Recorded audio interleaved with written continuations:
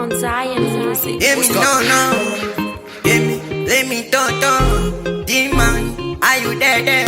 Your boss major, triku teacher, softy. Pambata juma na muroti. Managana kachi shuma musotsi. I think ingorosi. Inomtora ndombejira semposi. Madiyo amomi, muri ekta. Amudi ere timbo teta. Madiyo amomi, things takes time. Mukandira mbandi no fast time. Dai muri kufa kuda muri chinja. Meteshane kwa mkoma winza.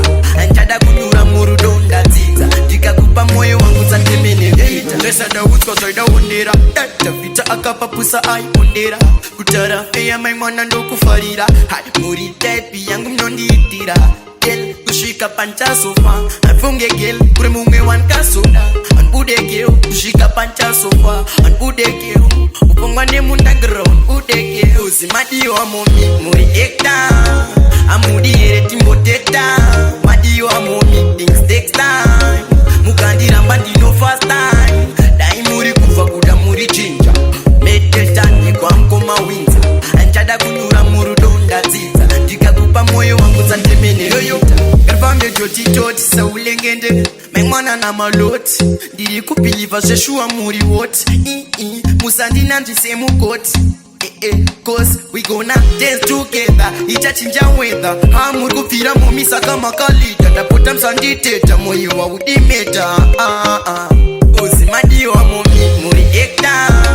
Amudi ere timbo teta. Madiyo amomi things takes time. Mukandira mbandi no fast time. Dai muri kufa kuda muri chinja. Meteshane kwa mkoma winza. Anchada kunyura muru donda ziza. Jika kupa moyo wangu zantemene vita. Lesa da utko soida ondera. Tata vita akapa pusa ai ondera.